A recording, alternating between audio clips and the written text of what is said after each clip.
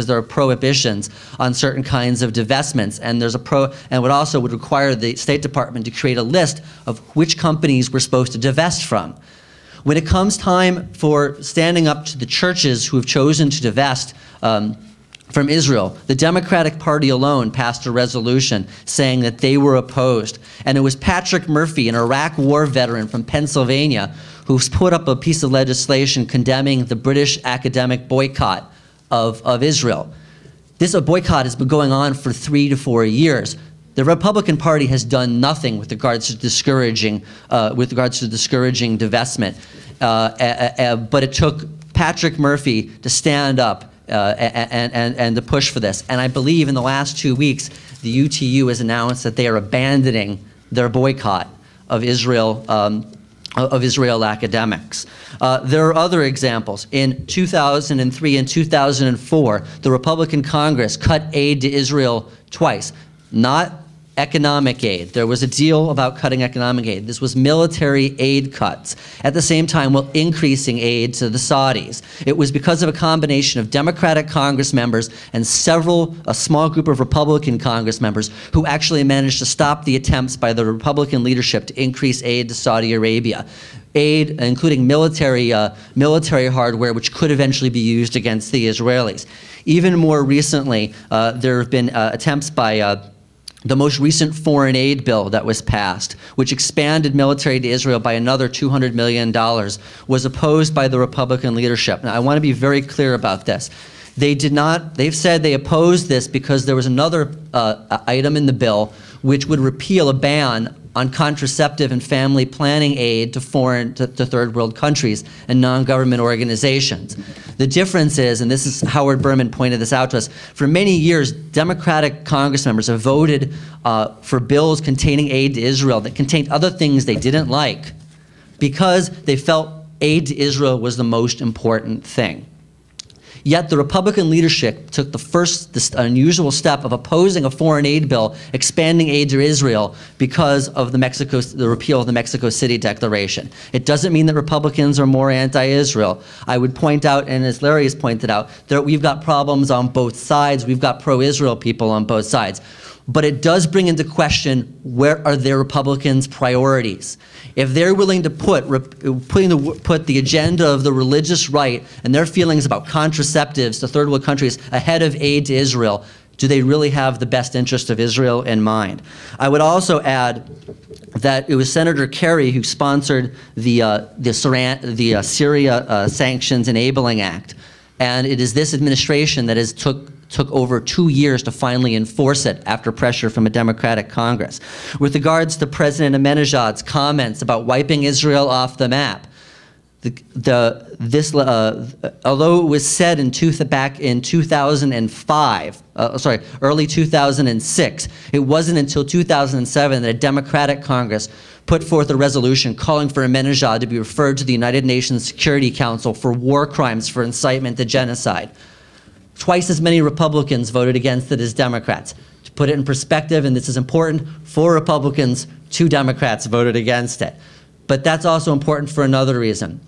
Both sides have their issues, and I find it very disingenuous to take statements out of context about the war in Iraq or specific statements about how it's being conducted as being interpreted as being A, anti-troops, or B, being anti-Israel. For every Dennis Kucinich and for every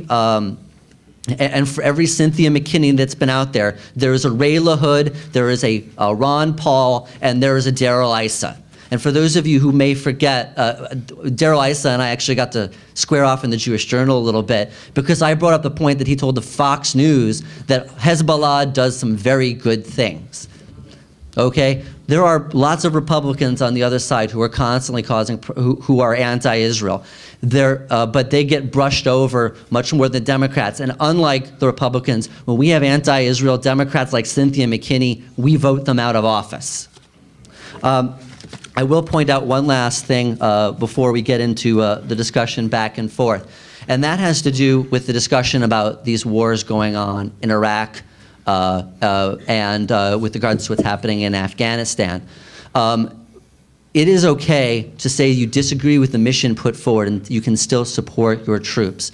And to say that because you oppose a poorly conceived war that distracted us from the real threat, which was Iran, and in fact, as a result of the Iraq war, Iran is now more powerful than it has ever been because we eliminated their two biggest competitors, namely Iraq and also parts of the Taliban. It's just different. It is erroneous to say that that means you don't support your troops. Patrick Murphy, an Iraq War veteran, and again, I mention him because he's a good friend of mine, certainly supports our troops. John Murtha, although he may have been mistaken, he's willing to say when he is mistaken. When's the last time you've heard a Republican say, I made a mistake on anything? But it is better to have made those mistakes and move forward than it is to never look back and never admit a single error. I'm still waiting for Rudy Giuliani to talk more about the mistakes he made with Bernie Kerik, and hopefully we'll get the chance to talk about that as well. But it is important that with what little goodwill we have left in the world, that we find a way of restoring that goodwill, because that is how we're going to check the jihadist threat, and how we're going to support Israel is by continuing to support them in the mainstream. Bill Clinton, in some ways, and he made some mistakes with regards to Yasser Arafat, did more to stabilize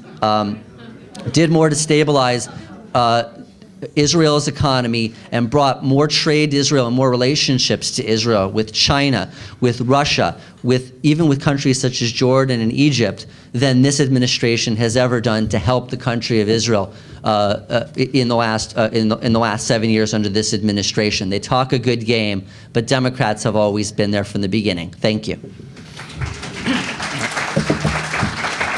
All right. I have some audience questions, but first I'm going to have them each ask a question of each other. And I'm going to ask Larry to ask if you have a question for Andrew. Sure. So there was some confusion about Hillary Clinton's statement the other night. The New York governor has proposed giving driver's licenses to illegal aliens. What is her position on illegal immigration and driver's licenses generally?